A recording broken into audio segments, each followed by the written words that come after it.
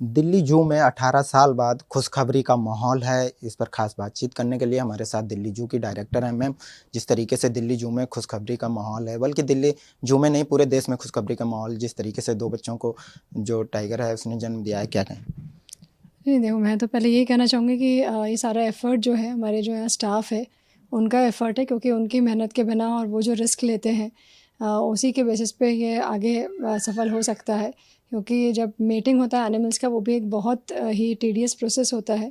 और वाइल्ड में तो बहुत इजीली, क्योंकि वो स्वच्छंद होते हैं, उनका पैटर्न है, अगर वो अग्रेसिव है तो फीमेल अपना टेरिटरी चेंज कर लेती है। बट ज़ू की जो बाउंड्रीज़ होती हैं उसके अंदर ये कराना एक डिफ़िकल्ट टास्क होता है। बट यहाँ का जो स्टाफ है वो इस सब चैलेंजेस के बाद भी उन्होंने उनको कोशिश किया है साथ में रखने का। और कई बार पहले भी इनका मीटिंग हुआ है, बट इस बार बाय गॉड्स ब्लेसिंग्स वो सक्सेसफुल रहा है।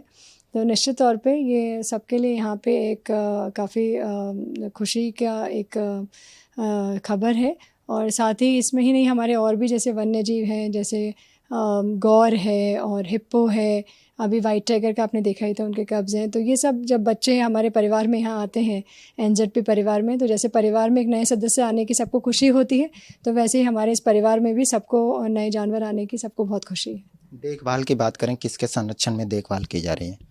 जी, वर्तमान में क्योंकि अभी शावक बहुत छोटे हैं, तो ऐसे में हमारा जो इंटरवेंशन रहता है वो बहुत डायरेक्ट इंटरवेंशन नहीं रहता है, बट मॉनिटरिंग रहती है सीसीटीवी इत्यादि के थ्रू।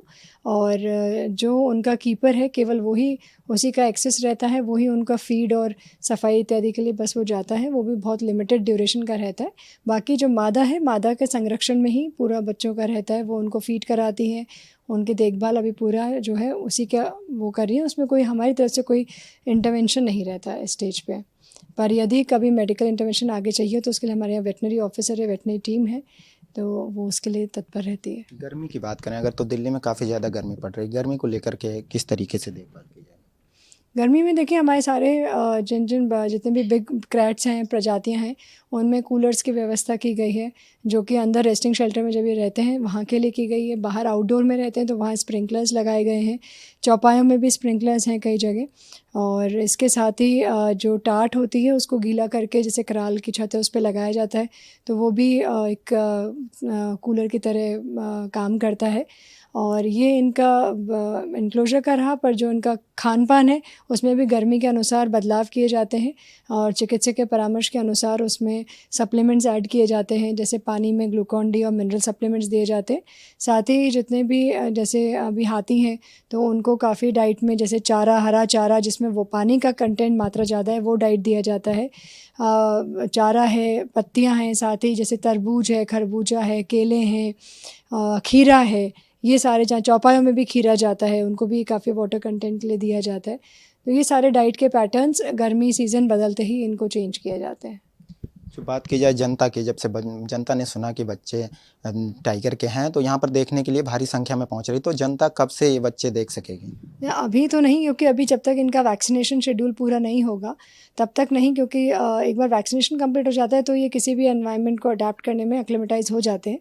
तो अभी उसमें समय लगेगा निश्चित तौर पे, मान के चले कि 6-7 महीने लगेंगे अभी, जब तक इनका वैक्सीनेशन पूरा कंप्लीट नहीं होगा।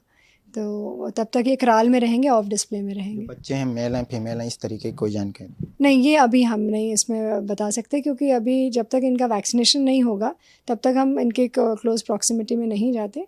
तो एक बार वैक्सीनेशन, फर्स्ट वैक्सीनेशन होने पे हम इनका यूजुअली सेक्स आइडेंटिफिकेशन कर पाते हैं। बहुत बहुत शुक्रिया हमसे खास बातचीत करने के लिए। वीडियो जर्नलिस्ट रोहित के साथ सिंघम नेंद्र, दिल्ली।